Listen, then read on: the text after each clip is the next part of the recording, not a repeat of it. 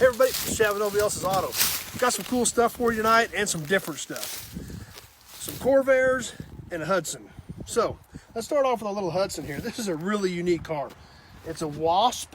I think it's a 55, I'm not sure. Like I mentioned in some of these other videos, some of these Hudsons and Nashes and things like that, I've never had any of them before, so that's one interesting thing about all this stuff in the new yard. I'm learning it as we go. And this Hudson's a good example of that. Great looking car, big old egg crate grill, had the big Hudson badge in front as well as the letters.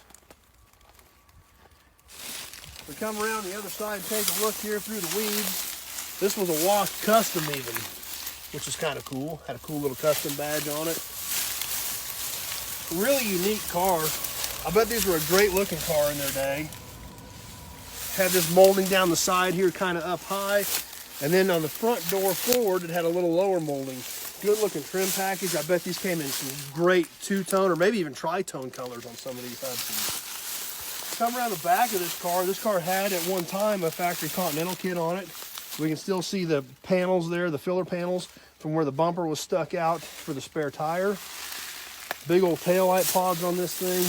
These are just cool cars. You don't see them anymore. They never really got their due. You know, they've been so overshadowed by the Chevys and the Fords and things like that, but neat cars. Come around the other side, and once again, it's all pretty much still intact, straight. The side's not banged in. A lot of the trims here.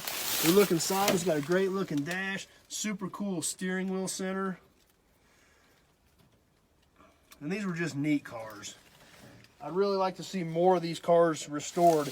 You know, the value isn't there to restore them, unfortunately, but they're just so cool. They epitomize the style and the flash of the 50s, just like everything else did. You know, they were doing a lot of the same stuff the big manufacturers were. They just didn't get the credit for it. And even today, we don't see that. So it's kind of sad, but it does make it even cooler when you do see one because they're different. Up next, we've got a couple little Corvairs. Corvairs are something I don't know a lot about.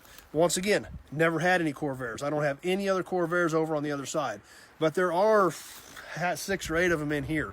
So once again, I'm going to learn about Corvairs because that's what I'm going to have to do. These cars here, we've got a couple little 2-door sedans. I don't know for sure what year these were, so let's take a look at them. I know we've got some Corvair guys out there that can clarify this up, clear some of this up for us. This one does have Monza badges on the fenders.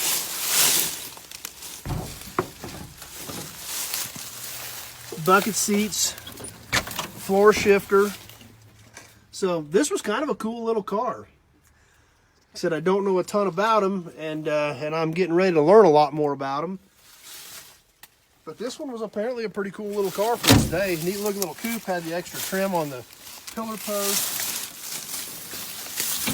And come on around the back, it's still got the trim on the back, it's got the rally flags on the back, all the tail lights are there.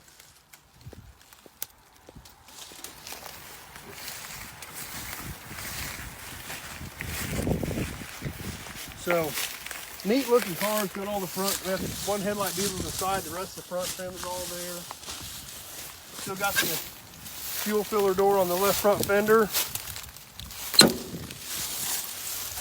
But not a terrible little car. Tons of pieces left on this thing.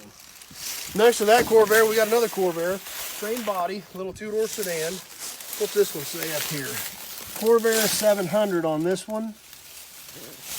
Windshield's been gone out of this one for a long time. Once again, it's got bucket seats, had a floor shifter. I mean, maybe they all did. I don't know. Like I said, this Corvair, the Corvair world is all new to me, so I'm going to learn as we go. So, nose on this one looks a little bit different than the other one we just looked at. A little bit different trim configuration here on the front. And this one has some different trim that wraps around the front and goes down the side that we didn't have on the other one. So, kind of neat little cars. Like I said, I'm going to learn about them as we go. Like I said, there's probably 3 or 4 more in here we haven't gotten to yet, but we'll get them on some future videos.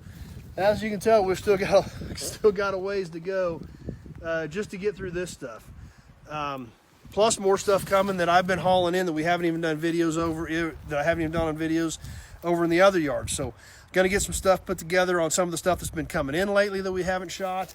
plus keep working through here. Plus, I think we're going to do a few supplemental videos.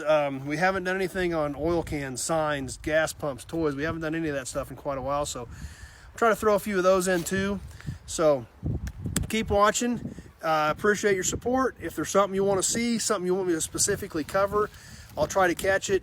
Getting into specific groups of vehicles, I can do a little bit of that, but it's tough because I've got to get all of this integrated into what I've got over there. So lots of different stuff there that has to get sorted and put in place. So gonna be working on that for a long time. But anyway, that's what we got for tonight. Hope you enjoyed it.